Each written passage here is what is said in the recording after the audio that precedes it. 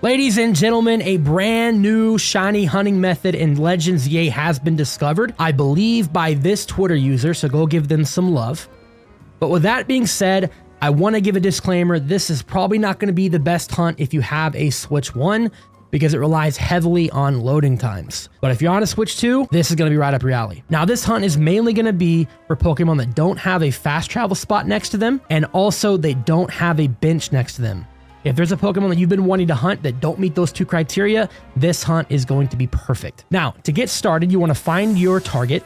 For me, we're going to do Ralts, and then you are going to knock the Pokemon out. And the second it knocks out and despawns from your game, start a stopwatch on your phone or computer or whatever. And then when that Pokemon spawns back in, look at the stopwatch and see how long it takes that Pokemon in particular to respawn. Now, once you've knocked your target out and timed how long it takes them to spawn, what you're going to do is you're going to knock them out one more time. And then once you do, start another stopwatch on your phone. And the second it gets to about 3 seconds before that Pokemon being expected to respawn, you save your game. I've already done that here. Once you save your game, you close it.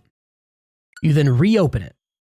And what you're doing is you essentially saved right before that Pokemon gets generated. So every single time you reload your save, a new Pokemon is going to spawn and it could be shiny. In that case, it was an alpha. We're now going to close the game because we love an alpha. We want a shiny Ralts. So then we reload the game. And once you're loaded in, we're going to look at the Ralts and see what it generates now. Hopefully it's shiny. It's still an alpha. Back-to-back alphas. So now we're going to redo it again. And you can kind of see why I've said that this method is not going to be great if you have a Switch 1 because these loading times are going to absolutely kill you.